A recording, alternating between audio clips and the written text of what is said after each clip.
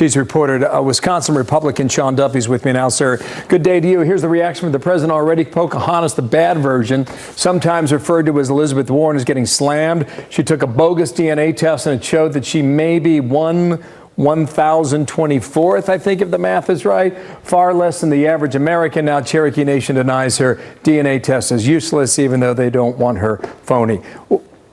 Where does this go now? After you took a lot of twists and turns yesterday, a lot of people did not expect when she came out with that video. Bill, I think the bottom line is, she made this allegation that she's Native American, that she's Cherokee, it advanced her career at Harvard, comes to be false. I mean, she's 1,000th Native, which she could be South American, North American, and the rumor is that almost every American has that little sliver of Native blood in them. And I think she'd be better off if she had said, listen, you know what, this was family lore. We believed we were Native, and I told people that. But the bottom line, it's not true. I did the test, and it's not accurate. I apologize. Let's move on. And Americans, we're forgiving. We can move beyond this, but the fact that she rolled out a video and doubled down on just the tiniest sliver saying she's Cherokee. It's running pretty deep now. Yeah. Well, yeah, I mean, and I think she just opens this up that Donald Trump is going to drive a truck through this, and I think it ruins her chances as a 2020 presidential candidate. Here's part of the statement from the Cherokee Nation. Using a DNA test, they write, to lay claim to any connection to the Cherokee Nation or any other tribal nation, even vaguely, is inappropriate and wrong. That's from Chuck Hoskin from yesterday. So then that forced her reaction last night when Warren came out and said, I will not sit quietly for the real Donald Trump's racism, so I took a test. But DNA and family history has nothing to do with tribal affiliation or citizenship, which is determined only by tribal nations.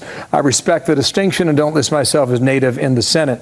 So she's now reflecting the reaction from Cherokee Nation in that comment there, Sean. She is, but the bottom line, Bill, is she was trying to use that Cherokee Nation and that family lore to advance her own career.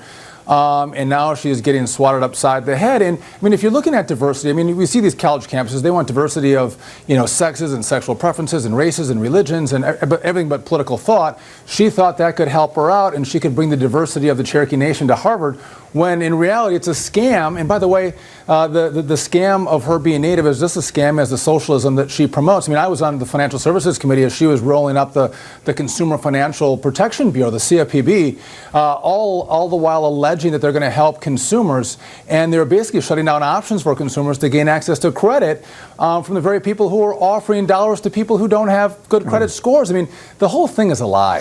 Can I talk a little bit about the campaign? We're 3 weeks from today, Sean. Yeah. 3 weeks from today, you have midterms. You can decide the balance of power in Congress. The president's going to 3 states this week: Arizona, Nevada, and Montana. Look at the map behind us. You look at some of these races. The what-if scenario here. Right now, you're 51-49 Republicans and Democrats. If Dems flip Arizona, if they flip Nevada, you see the margins here. Likewise, if Republicans flip Montana, well, I mean, now you're at 50-50. So you see how close things are. But specifically in Arizona, you had this debate last night with Martha McSally. See if we can get that sucker to come full here. And Kirsten Sinema.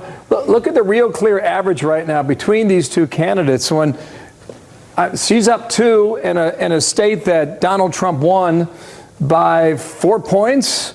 You pop up here to Nevada. A really close race here between Heller and Jackie Rosen. This was a contest that went for Hillary Clinton by about 2 points. Pop up here to Montana. John Tester, the Democrats, in a real tough battle right now, challenged by the Republican Rosendale. But this is a state that President Trump won by 20. I think Tester right now has a bit of an edge in some of the polling. Tester's up about 3 points. You think Joe Biden's going to Nevada? Barack Obama's going to Nevada. I mean, it is crunch time right now. And how does the Trump effect play in Arizona, in Nevada, so let me in places like Montana? If you go to a Trump rally, Bill, you might not see the normal people that might be at a John McCain rally or who are at a Mitt Romney rally. This is a whole different swath of the American population that hasn't been engaged in politics. They came out for Donald Trump. We're not sure they're going to come out in this off presidential election this November. And so what Donald Trump is doing is he's going to these states and saying, listen, it's not just Martha McSally that's on the ballot here or Dean Heller. I'm on the ballot as well. You need to come out and vote. And the rallies from Donald Trump, the excitement he brings to the states, I think only benefits the Republican candidates. And by the way, we all see, so in Wisconsin, we watch what happens in Arizona, and it rallies up our base to say we're going to come out and support our Republican candidate, Leah Vukmir, who's running against Tammy Baldwin here. And so, again, this president touches a group of people who weren't involved in politics, and he's going to get them to come to the polls. And just one last thing on the politics, Bill. America is made up of a lot of rural parts of this country, like I am in my district. And if you look at what's happening in the polling, rural Americans, they can be swingy. They can go Democrat and Republican. What's happening right now is they watched the Kavanaugh hearings and they saw the protests and this mob mentality.